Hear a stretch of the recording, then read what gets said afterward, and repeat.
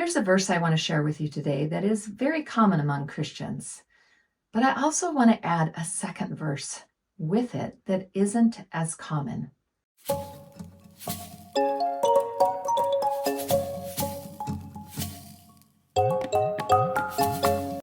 Hello everyone, this is Andrea with Revitalizing Your Health, and today I wanted to share two Bible verses with you, and I consider them a wonderful promise.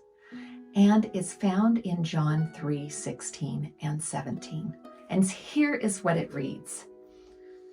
For God so loved the world that he gave his only begotten Son, that whosoever believeth in him should not perish, but have everlasting life. For God sent not his Son into the world to condemn the world, but that the world through him might be saved.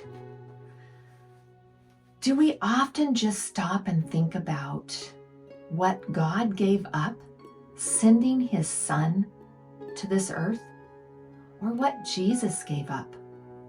He was the majesty of heaven. He had all things. He owned all things. He created all things. And yet he was willing to come down to this earth to live among men. And he didn't even come down in the richness of the day. He came down as the poorest of the poor.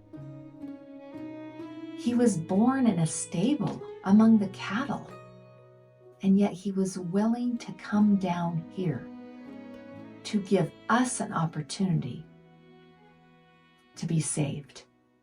He took on my sins and your sins, the sins of the whole world, so that we don't have to be condemned to die for those sins.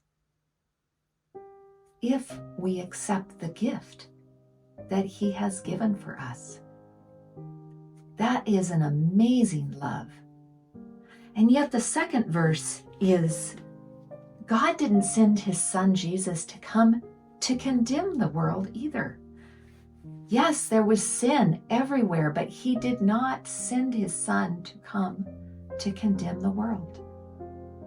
And as Christians, what are we doing? Are we being like Jesus, or are we condemning the world? God is waiting for a people who will perfectly reflect his character so that he can come.